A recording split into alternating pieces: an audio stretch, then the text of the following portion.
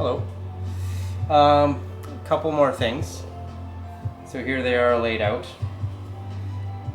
When you're drying, if you're gonna go with drying, when you're wiping them off, don't worry so much, because what happens is the mushrooms dehydrate. They're like something like 90% water. Don't quote me on that. Somewhere around there. So a lot of the debris is just gonna, as it shrinks, it'll pop off quite easily. And also, it's from the woods, so whatever is on there is pretty clean. It's just like needles or moss. Cut the stubs off with the dirt, but even the dirt where I go picking is cleaner than most things that you'll find in the grocery store, like really. The other thing here, if you look here, we have, sorry, here, I think it's here, I put these ones aside for not drying. So these are things that you could cook up like Why? in a dinner, right? Because you see this one here, it had a bug in the middle. So it's kind of hard to dry, but we can rip that open, rip the bug parts out, and still put that in a soup or something. I like it. It's up to you. I personally, the bugs are clean. They're West Coast Canada rainforest dirt and bugs. Like probably where most people are drinking their water from is a lot worse than what's going on with these mushrooms. And just so you know, these here, this is a different kind of chanterelle. It's a winter chanterelle, also known as a yellowfoot.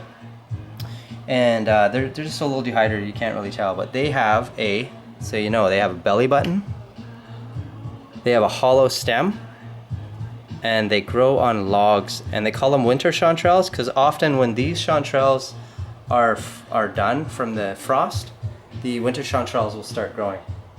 And one other thing, sorry to eat up all your time here, but with the spores, like with all the stuff that we wiped off the mushrooms, I like to keep this and put it in a bucket and bring it back out into the woods and throw it into a new part of the woods that doesn't have mushrooms or something. There is some mushroom spores in here, and it's just nice. It's kind of a nice thing to do. And never put them in plastic bags when you're picking them or anything. They sweat and it gets disgusting. Just don't put them in a plastic bag. It's kind of like, there's such beautiful like forest mushrooms. Like if you have to, put them in a plastic bucket because it doesn't sweat. Or even the best is a wicker basket. But even a wicker basket, I like the plastic buckets actually, because a lot of times you'll be on like a crazy slope, and if you carry the bucket on the slope side, if your feet ever kick out from you, it kind of gives you like you don't fall all the way down. Sometimes you just can pop right back up because you kind of land with the bucket. Anyways, you'll know what I mean if you've done it before. Yeah. Like I said, leave comments and questions. Thank you. Hello, my name's Sebastian, and I'm making a little video about chanterelle mushrooms. I was at a potluck the other night at my friend's house, and people were asking lots of questions, so I thought, and people always ask lots of questions whenever I bring mushrooms places. They want to know where you pick them, what you do with them, how you cook them, and stuff like that. So I'm going to make a video in case you have those same questions. So this is after we've already got some mushrooms out of the forest, and I'm going to just show you a couple ways that we grade them. So the first thing you do is, if you're washing your mushrooms, you never ever use water. If you put water on them, they get slimy and they start to rot. It's a really weird thing about mushrooms. So this is what I do. You don't have to do it. You can figure it out your own way. You can use a cloth or anything. But what I do is get a piece of foam like this, and I cut out off all the edges so it's all fresh. And then I get a bucket like this. And then you take your mushroom and you just wipe it off. You wipe all the forest stuff off and you tap it. And you get it nice and clean, and just kind of put it to, a side that you can keep an eye on it. Just like so, you wipe all the stuff off. You tap it, and having this at the same time that you do this, you have a look at it to see how the mushroom is. Now, those are two good ones. Oftentimes you'll run into mushrooms that have, let me just show you. So this one's pretty good. You run into mushrooms like this in the middle. When they are like this, you want to rip them open and have a look to see if the bugs got on them. See how the meat ripped nice and clean, and it's kind of looks like chicken? That one's good.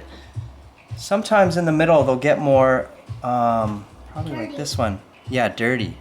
and also kind of rotten brown around the edges. So you want to cut like a quarter inch to half an inch around that kind of stuff, just to keep it out of the, to grate it. Now you can use this if you're cooking with it right away, but if you're going to put it in the dehydrator, you want all the brown off, because it spreads. It's some, I don't know exactly what it is, but it'll spread to the whole mushroom and it won't. Here's some bugs here. You can kind of see it gets pitted and dotty, so you kind of rip that, and you can kind of feel when your thumb sinks into it, it's really soft. So again, you want to cut that out and just get rid of that into the bucket like here. We're just going to cut that out and rip it out. And then you can see the difference in color in the flesh. See, it's white, and then that's either frost or from bugs. Now, today we're going to do, there's 3 different ways that I like to preserve it.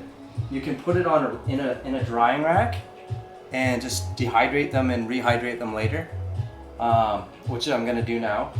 Another way that you can do it is you can rip them into pieces and put them in mason jars with oil, and you can pickle it however you want. You can add like spices, garlic, whatever you want. Or pickles. You can put pickles with your chanterelles, and you can save them for later. Or the third way, if you have freezer space, you can cook them up with onions and garlic and add some nutritional yeast and a little bit of white wine and freeze them into portion size. And that works as well. This is one dehydrator here. I don't recommend these. These are kind of small, because what happens is when you go mushroom picking, you can end up finding, like, this isn't that many. This is not, you can often find lots. So if you see what they're sitting on is a rack. One, Daddy, right there. Where? That one. Good eye. Look at that. It's learning already. A rotten one. Okay, we're gonna put that one aside. We're not gonna use that one. So what I like, you can get some mesh of some kind and frame, and you just get as many as you want, or however much you go into the woods, and you can use it for apples and pears and all kinds of stuff. And then you build a plywood box around it, and then just put a heat source under it, like electric, or even if you paint the sides black and put it out in the sun. Yeah, or you could put it next to a wood stove. But this you can dry like 50 or 60 or 70 pounds at once, and it's way, this takes tedious and will take days if you run into a good bunch of mushrooms. So yeah, if you have any questions, post comments, and there's other mushrooms out there too that I could tell you about. Like ghost gummies? Like ghost gummies? Do you want to tell them about ghost gummies? No, not right now. No. There's ghost gummies out there. There's the type of mushroom. Anyways, thanks for listening.